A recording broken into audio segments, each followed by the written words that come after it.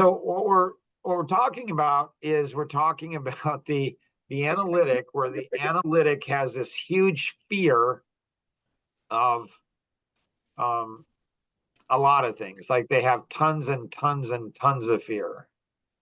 The Okay, but amiable, go ahead. I have a question on that. How is the ego so strong when the fear is so strong? How does that work together? Yeah. So the ego is connected back into pride. Okay. The analytic is very prideful, very self-righteous. Okay. Questions? Does the fear feed off the ego? It does. Because the analytic doesn't want to make a mistake because it'll attack their ego. So the Okay, so looking at expressive, it that way, that makes a little bit more sense. so the expressive and driver, they tend to make a ton of mistakes. And everybody sees the mistakes because they're making tons of mistakes. So the expressive makes tons of mistakes and they kind of don't care because they like to be the center of attention. Okay. The driver makes tons of mistakes and they just don't care because they don't care what people think of them. The analytic and the amiable will make as many mistakes as the driver and the expressive, but nobody sees the mistakes that the analytic and amiable are making because the mistakes they make are in not doing things. And if you make mistakes and you don't know you've made mistakes, you can't learn from mistakes that you don't understand. Right. Right. And so Rosanna is an analytic or amiable analytic. So once we were in the living room, this was probably about 15 years ago. She still hasn't internalized this, but she's healing. So she's, but she went ahead. So we would have been married for, 25 years. And she went ahead and she said, I just hate being around you. And you make me feel so stupid. And you've probably noticed where my eyes dart to the left and aren't to the right. Like, I don't know what to say to people, but she has heard me say many times, the truth is I can't make you feel stupid. All I can do is reveal it. This will tick people off because what people are doing is they're using their feelings and their emotions to manipulate people, and it works. That's why people use it. So when people say, you make me feel so stupid, actually, the truth is I can't make anybody feel stupid. All I can do is reveal their stupidity. Now, so the manipulation doesn't work on me. It actually reverses, and the person gets really ticked then. Because it's like, wait a minute, my manipulation isn't working on you, Mark. It has the opposite effect. So that this is why people don't like me, because everything that works for all the other people in their life to manipulate and leverage and move people and train people to do everything that they do, has the opposite effect on me. Okay. So, so I just looked at her and I didn't say, well, honey, honestly, I can't make you feel stupid. All I can do is reveal it. I didn't say that, but she knew I was saying it, but I wasn't saying it. I just looked at her and kind of, I don't know what I'm supposed to say. I hate being around you. You make me feel so stupid. Like, okay. I don't know. And then she starts crying. Like a lot. She's like crying. She's just broken. She's like, okay. Like, what's going on? And she's like, I wish I was like you. Do you know how many times, Cheryl, my wife, has said that I wish I was like you in 39 years of marriage? No. Elaine, you want to take a guess how many times she said that in 39 years of marriage? Very few times. One, to be precise. Once. Really? So, yep, one time. like once. So naturally, I'm excited. I'm like, wow, 25 years of marriage. She's never said it before. She's never said it since. So once, she said it once, and I'm like, wow, this is the first time. Like, she's never said she wants me. So naturally, I'm curious. I mean, she's crying. Okay. She's crying. I'm excited. Yes, it's a beautiful marriage. And so I'm excited. I'm like, whoa, like what's going on here? And I'm said, so honey, why do you say that? She says, she's crying and shaking her head. She says, I am defensive about everything. I'm like, okay, yeah, I knew that. And she says, you don't have a defensive bone in your body. You get defensive about nothing. And I'm like, holy cow, we're about ready to have a breakthrough. I'm like, Mark, you have a moment in time. Like, this is the time. This is where it's going to change your wife's life. Like, this is going to be so exciting. My brain goes into overdrive. I kick into gear. I mean, everything, the dopamine, epinephrine, the testosterone, everything kicks in. My brain is exploding. I'm like, Mark, you got to figure this thing out. What's going on? And then all of a sudden, it hit me. I'm like, I got the answer. And so I told her, I said, honey, I know how to fix this. And she's weeping, literally. She's just crying. And she's like, okay. I said, you're just prideful. You're just prideful and arrogant. I know. Not what you wanted to hear. I know. You ladies are like, man, he's got the best husband in the world. What a loving husband.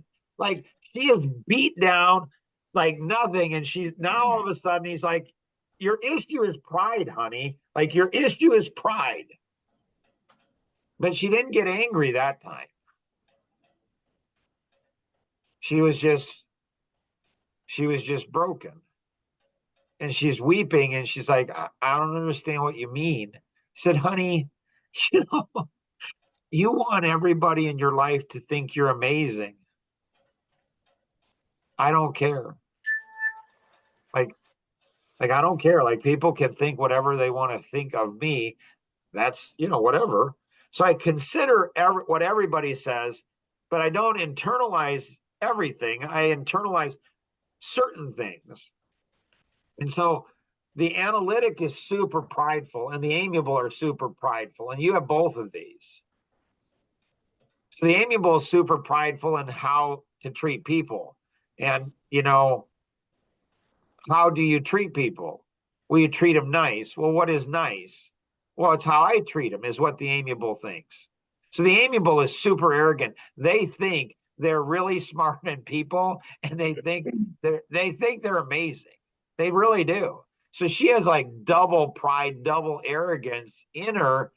And this is why she's so defensive. This is why she has so much fear. Well, Okay. will she listen to me? No. So she's starting a women's Bible study. So, at church, she says, hey, we were out on a date last night. She says, hey, I'm thinking about joining the women's Bible study, another one. I'm like, okay. She says, do you have any thoughts? I said, well, as long as it doesn't mess you up. So my experience with my wife, when she goes to Awana at church or when she goes to women's Bible studies, it doesn't help her. It makes it worse. Because she gets self-righteous. She thinks she's that she's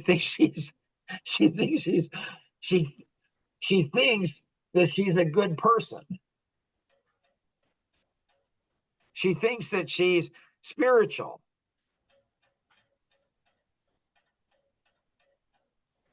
Okay. So I said, What do you mean she thinks? I'm sorry, you're right. Thank you for correcting me. She feels that she's spiritual and her feelings are truth, like God. Like, she thinks, like a lot of women think, they have a God complex because they can bring a child into this world.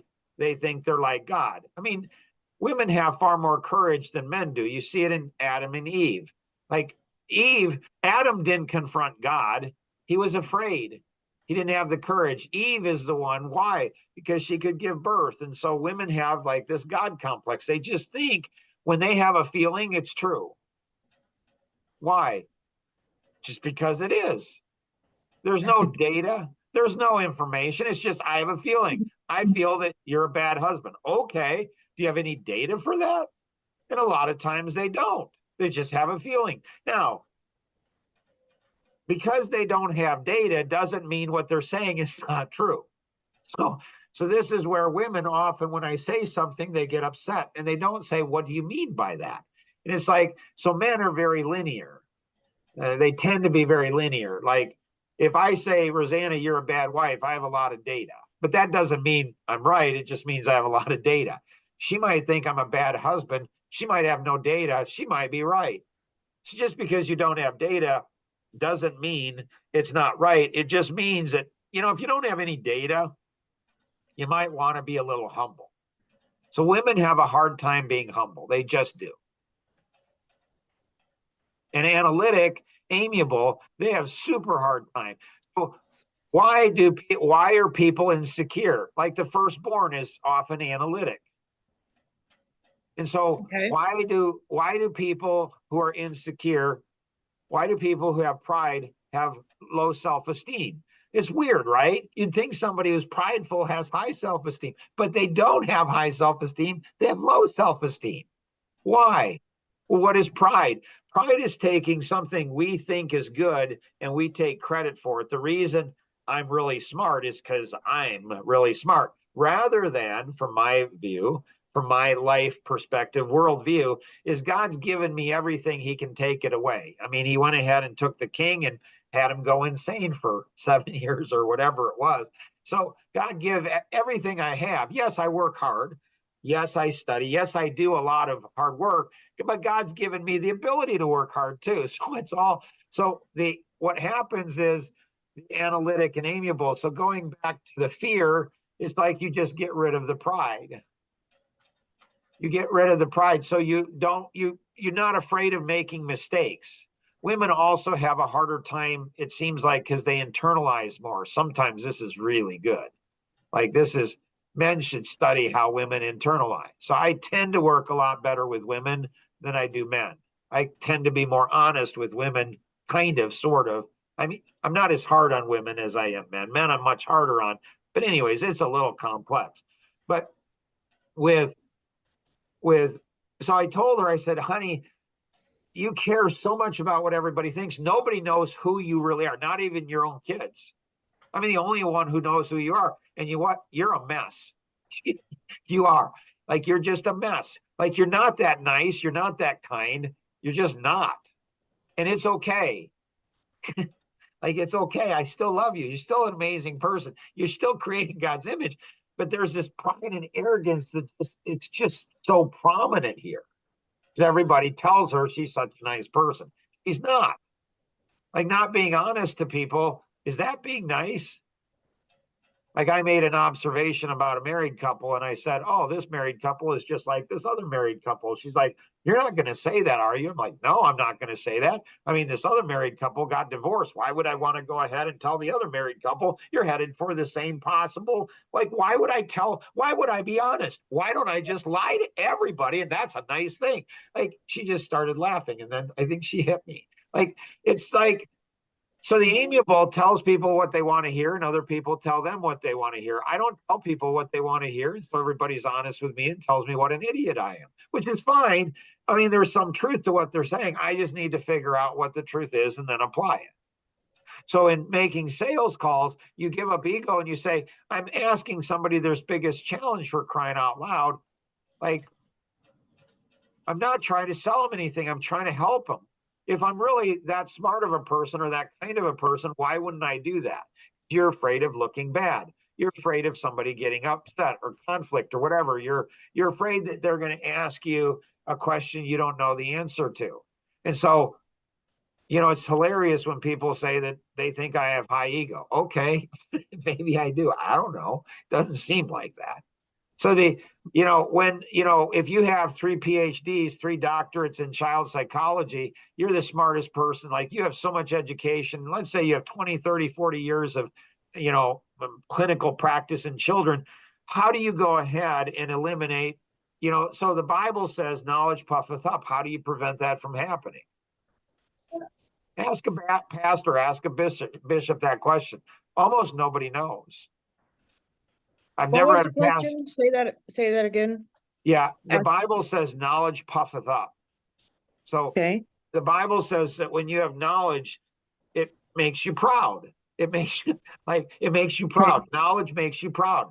So studying the Bible can make you proud. You never hear that from a pastor or a bishop. They never say that. And so you look at the religious leaders, the Pharisees and Sadducees, and that's exactly what happened. That's exactly what happened. So how do you prevent knowledge from puffing up? As moms, every mom knows it. How do you prevent knowledge from puffing up and moms know it? Yeah, moms know that answer to that question. It's hilarious. Moms are cool. They just are. I'm So- not sure this mom knows. Yeah, I'm you not do. sure this mom does either. No, you do. You both do. All you do is just have a child, and knowledge won't puff you up. Okay, what you're saying is have a child that just It doesn't matter. innocently has, huh? Any child does. Like any child will work. Like, so you have all these psychologists, all these child experts, and all these people that have all this education and all this stuff. How do you prevent that knowledge from puffing up? You just have a child. It'll humble you. It doesn't matter what child it is. I mean, there's some easier children, but even the easy children are hard. Like it's weird. Like it Yeah. just are. So what prevents you from puffing up? You do stuff. If you do stuff, you're not proud. Why? Because it never works. It never works. This is why the driver is maybe more humble than the other three, because they tend to do more things. So I'm always doing something and nothing ever works. It just doesn't. Gotcha. So on our date night last night, it didn't go exactly according to plan. And so, my stuff never goes according to plan. I'm just used to it. So you know what? Didn't go according to plan. That's life. But Rosanna was really frustrated. She was upset. She was not happy. Why? Because I've been too good of a husband. I've been too good of a father. People with high ego will immediately say, that's an egotistical thing to say. He has high ego. Does he? Why don't you be curious and why don't you ask him, why are you too good of a husband? That's what I was thinking. Right? Right. Yeah. I don't know it. I wonder if I've overserved my wife and children. I wonder if in trying to be a really good husband, I wonder if I've made my wife's life too easy. I wonder if what do I've you mean made. by that? What's that? What do you mean by that? When the kids, when things get messy in life, I just fix everything. I just clean it all up. I just make it all well. Okay. So she And what doesn't went have to wrong? grow. What's that? What went wrong? On the date? Yeah. Well, it's complicated. Okay, can you summarize it up for me, please?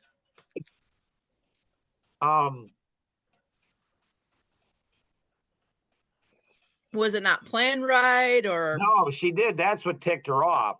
Like she thinks if she does one thing right, all of a sudden everything's going to work. It's like, that's not how it works in real life, honey.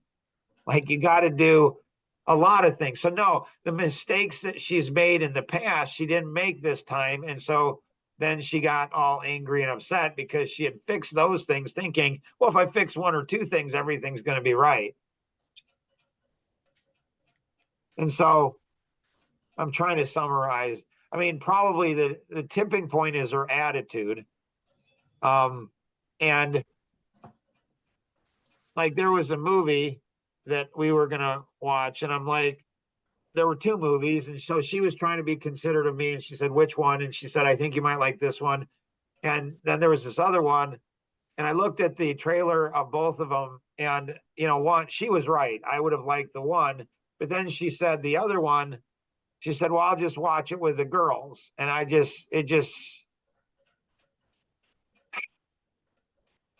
because, I don't know if she and I should be watching the movie. was kind of a stupid movie. But, you know, I went and watched Taylor Swift, the 3 hour movie. Why?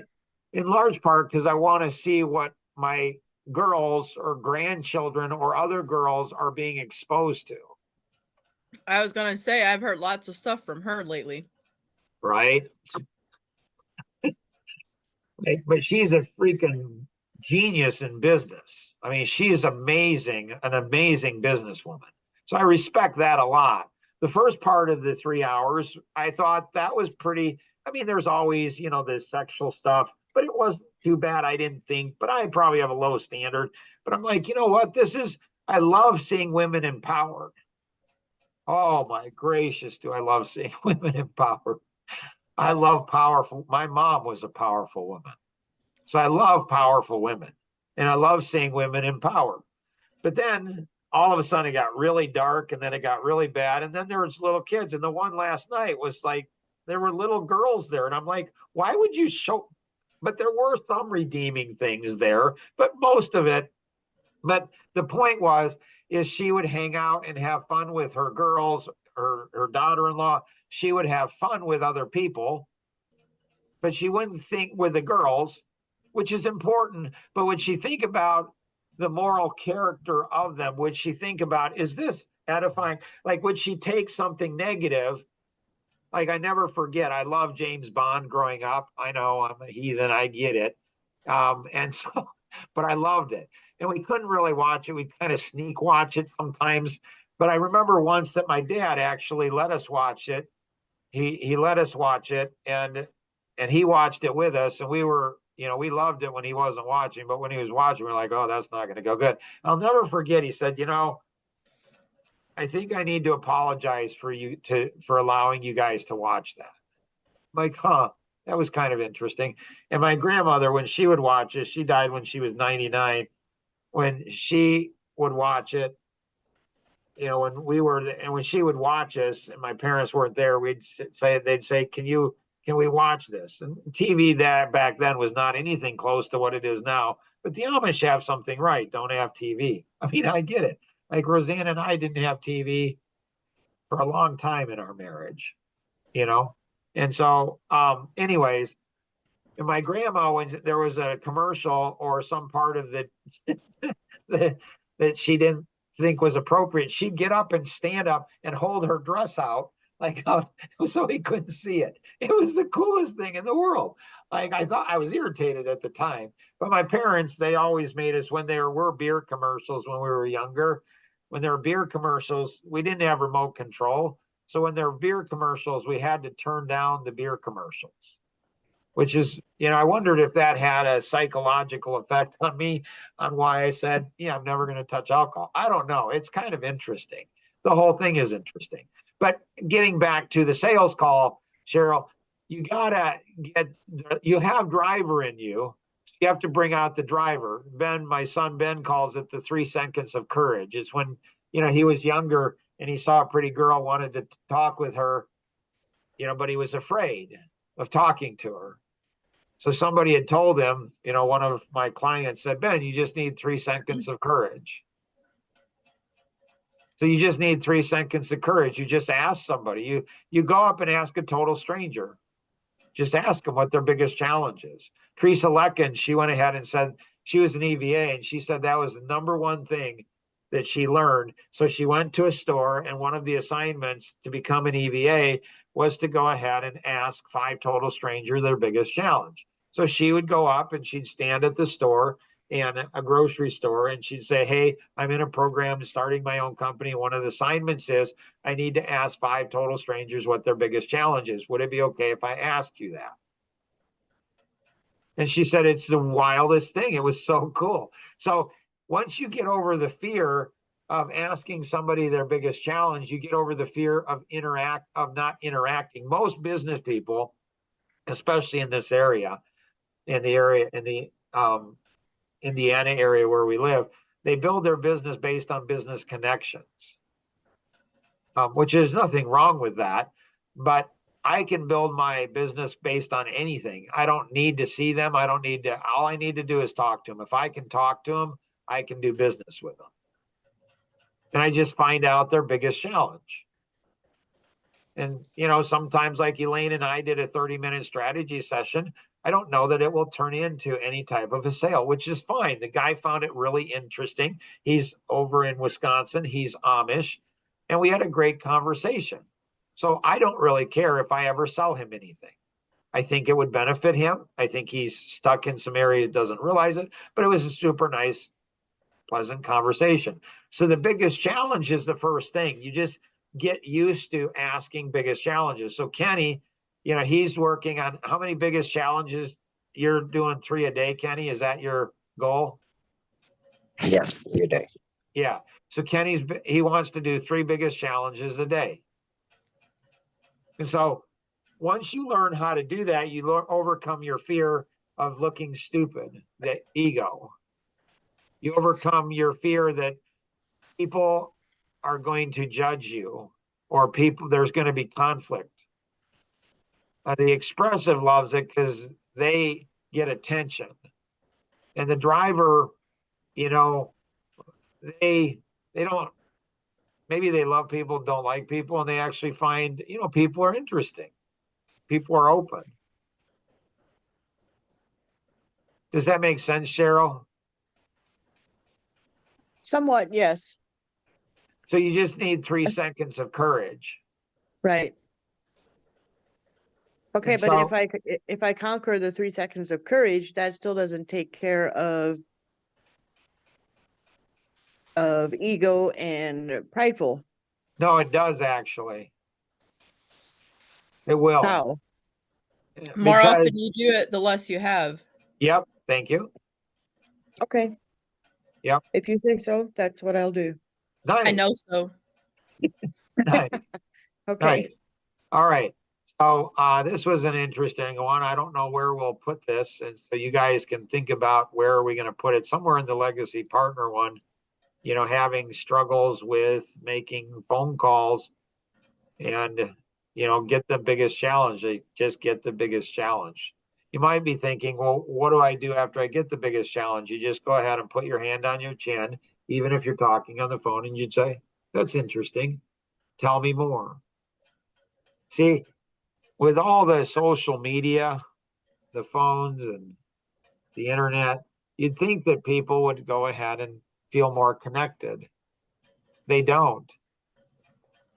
People feel more disconnected now than they've ever felt in their life. Mhm. And so when you ask somebody their biggest challenge and you're genuinely concerned, you're interested in what they're going to say. So we have all these resources. Like, it's funny, my brother Ken, my youngest brother Ken, once he said, kind of in disgust to me, he's like, Mark, he kind of sprinkles up his eyes. He's like, Mark, you think you can help everybody in the world, like in anything that they have? I'm like, uh-huh.